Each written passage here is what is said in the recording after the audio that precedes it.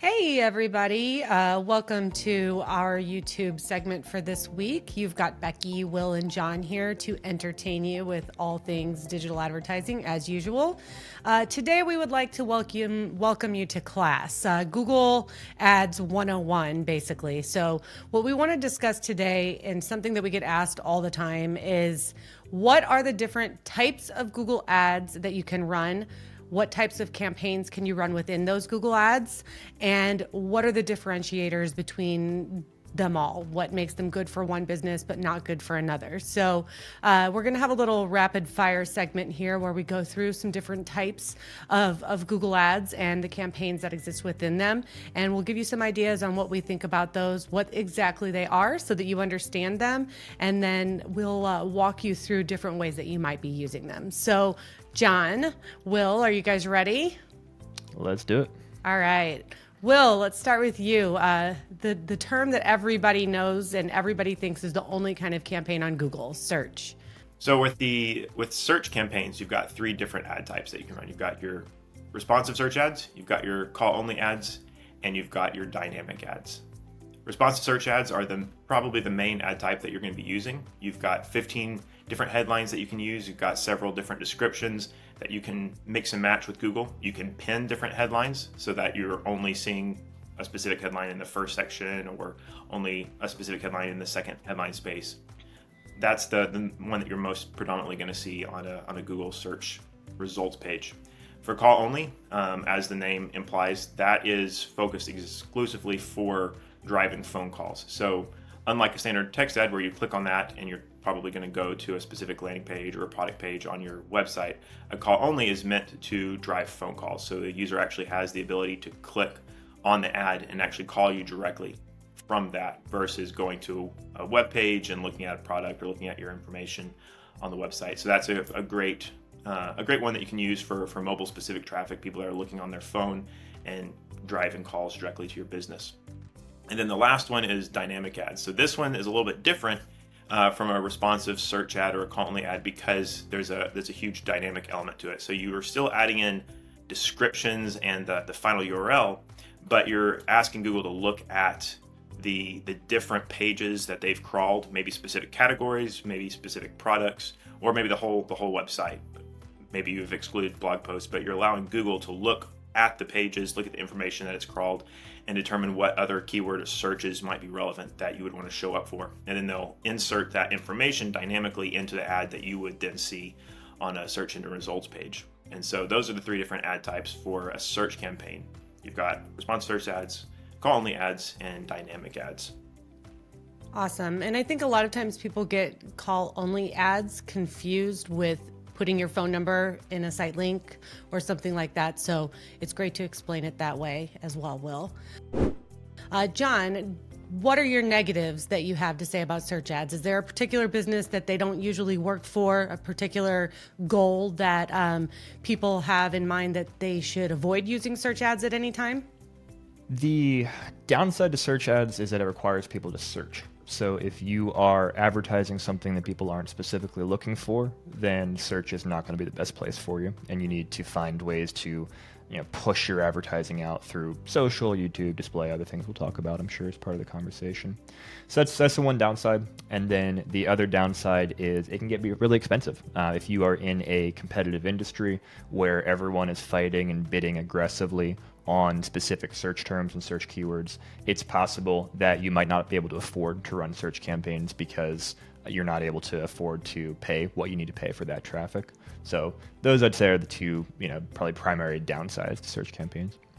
Yeah, a lot of people forget about that awareness phase, especially if they're in a business where they have a product that's really awesome, but that people don't even know exists. So sometimes they're like, well, my search ads aren't working. And we're like, yeah, nobody knows about you. They don't even know to look for you. We have a client like that right now. So I know that we'll talk about where we can raise that awareness in other types of campaigns. Let's talk about the next type of ad, display. John, you're on deck. Google's display network is a couple million websites and apps where Google has relationships with those publishers and shows ads that are run by Google on those websites and on those apps. So with display campaigns, primarily you're talking about image ads. And there's a couple of different ways you can create them. You could have what we call static image ads, which is where you design the whole image ad yourself in something like Photoshop or Canva, for example, and you upload that to Google. And you can have static ads. You can also have HTML5 ads where there's movement and things going on. The benefit to doing that is that you have complete control over how the ad looks. The downside is that there are dozens and dozens of different sizes of ad spots available out there on the display network. And so if you are, manually creating ads and you want to have as much exposure as possible, you've got to manually create an ad for each size placement. The alternative to that, and what a lot of people use these days, are called responsive display ads. And with responsive display ads, you provide Google with a couple of different image options to work with and some headlines and descriptions to work with. And then Google mixes and matches those things together and fits them into all the different placement sizes and also looks to see which combinations work best. And then the third type of ad you can run on display would be a dynamic remarketing ad. So you'll see these often if you've been to a website and then you start seeing the products from that website displayed on ads as you go around the internet. That's dynamic remarketing. And essentially what we're doing there is we're connecting the product feed from Google Merchant Center to a display campaign, and we're putting code on the product pages on the website. And so the system knows, oh, you went and looked at that shoe, so now we're going to show you an ad for that shoe and maybe 3 other related shoes or other products in those remarketing ads that follow you around. And that's dynamic, and that's based upon what product pages you visit, and then Google kind of mixing and matching what products to serve as ads. So those are the 3 primary types of ads that you run on the display network. Awesome. Will, what are your thoughts on display? Do you have any signs of warning or places where you think display don't work as well? I think depending on your strategy, they're an important part of your the overall strategy you need to incorporate. I know they can be frustrating, and if you have a really small budget, I know a lot of people tend to push that till later. The performance expectations for display campaigns are typically very different from what you would expect to see on search or even Performance Max video campaigns. Oftentimes you're going to get a lot of impressions because again it's showing on the display network, but the click-through rate and the clicks from that may be a lot lower because unlike search campaigns, people aren't necessarily actively looking for these results here, this product or this specific business. And so just something to keep in mind as you're comparing metrics, it's not really apples to apples with search or any of the other Google ad campaign types. And what are your thoughts on opting into the display network from other campaigns? So when thinking about whether you want to opt into the display network from other campaign types, like search campaign, for instance, just keep in mind that you're diluting the audience a bit more. So you're showing your ads to more people than just who's actively searching for it. So typically our best practice for search campaigns in particular is we're not going to opt into the display audience for those and manage those separately because they are different campaign types and we want to be able to optimize to them each accordingly. Awesome. Yeah, and I think that Google tries to create this world in Google Ads where you have this big, wonderful family of campaigns that can all work together, but sometimes separating them based on targeting is going to be a better option, like what you said with opting into the display network from search campaigns. So we already talked about it a little. We use these in display ads, we use these in YouTube ads, but use of video and video in ads across your Google ads. What are your thoughts on that, Will? So when you think about the different ad types and placement types for videos, it's really thinking about where they show and where those videos are being utilized. So when you're looking at video ads, you've got the skippable in-stream, you've got the non-skippable in-stream, you've got in-feed, bumper, outstream, and masthead. So just different placements. So you may want to think through with the creative that you're developing where it's going to most fit and where that messaging matches up. So for in-stream that's skippable, you're going to want to think through the fact that you may have a 15-30 second video, but it's going to be eligible to be skipped within the first few moments of that. So making sure how you've set up your creative makes sense. And also the opportunity to be really engaging and also put a lot in that short space. Then you've got non-skippable. We've got a little bit more flexibility with that where someone doesn't have the opportunity to skip that in the first few moments. And then with where you're navigating on YouTube specifically or where you'd be eligible to see videos, whether that's in feed or bumper ads that are additional to the existing videos that you're looking at. There's a lot of different placements there for the videos. And then masthead is not one that you are typically going to use as often, just because that's you taking over the top masthead of YouTube in particular. So there's a lot of opportunity there, a lot of potential for traffic and getting in front of a lot of eyes, but there's a huge cost that comes along with that. Instead of saying negatives, John, I'd like to get a little bit of your opinion. A lot of times our e-commerce clients or people that are coming in from e-commerce, they don't think video is an option for them all of the time. So what are your thoughts on using video for e-commerce businesses? Video is very powerful because it connects on an emotional level with people in a way that really no other type of ad does. And it also, there's a tremendous amount of scale available with YouTube in particular, because there are so many people who spend so much time on YouTube that you can relatively cost effectively reach people with video advertising. The one thing to keep in mind is that you really can't compare the results from video advertising to search results, for example, because with search results, you've got people who are searching right now for what you're selling. If you're doing a good job, you're hitting people who are searching right now for what you're selling, and they're in at least an informational mood, if not a buying mood. You're getting in front of the right people, and so you're going to have way higher conversion rates and much faster conversion times than from pushing out video ads, again, to hopefully the right people, but you're kind of creating awareness, getting them into your funnel, and then over time, hopefully converting them into customers. But if you look at return on ad spend from video versus search in terms of what's directly attributable in platforms, video is always going to be way, way, way, way less. I say always, probably 99% of the time. And so you have to have a different metric for success when you're running video campaigns than when you're running search campaigns. Awesome. And since we're on the subject of e-commerce, why don't you fill us in? What are shopping campaigns? What types are they? Where do we want to use them? Shopping campaigns and shopping ads are the ads that you'll see when you search for something, usually search for a product to purchase, and you'll see an ad come up with a picture of the product and the price and the name of the seller.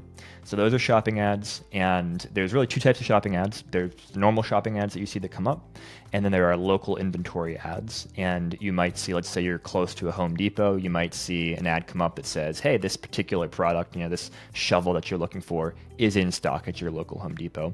And both of those ad types pull information from product feeds that are managed through Google Merchant Center. So you are telling Google a bunch of information about the products that you sell, making sure it's accurate, making sure your prices are correct, etc. And then you're pulling that information into your Google Ads account, which is where you control what specific products you want to advertise, what bidding strategy you use, etc. And then that's what spits out those product ads that you see live. Awesome. And one particular type of campaign that is a little more effective on the e-commerce side than it is on lead gen generally is Performance Max. So Will, can you kind of give us a rundown on Performance Max? Performance Max can be kind of seen as almost a catch-all campaign, because it gives you the ability to show an ad across all of Google's network of products. So you're looking at not only showing ads on the search platform, but display, YouTube, discovery, etc., Gmail, all of the different opportunities, all the different campaign types that you could create to show on just individual platforms. Performance Max gives you the ability to show across all of those. So within a Performance Max campaign, you have what they actually call asset groups. And so within that asset group is where you're going to upload different assets: text, headlines, descriptions, business name, etc. And then you're going to also incorporate images. You're going to have the ability to put videos in that. And then in addition to that, you can actually, if you're an e-commerce business, you can associate your product feed, either all of your product feed or different categories of products to that Google's then going to leverage to create dynamic ads across all the different platforms. So it's a great way to leverage a lot of different assets for your business. Typically, it does work best for e-commerce when you're leveraging that product feed that you're pulling in from Google Merchant Center and showing those ads some of the same places that you're going to see the product ads from the shopping campaigns that John was just talking about.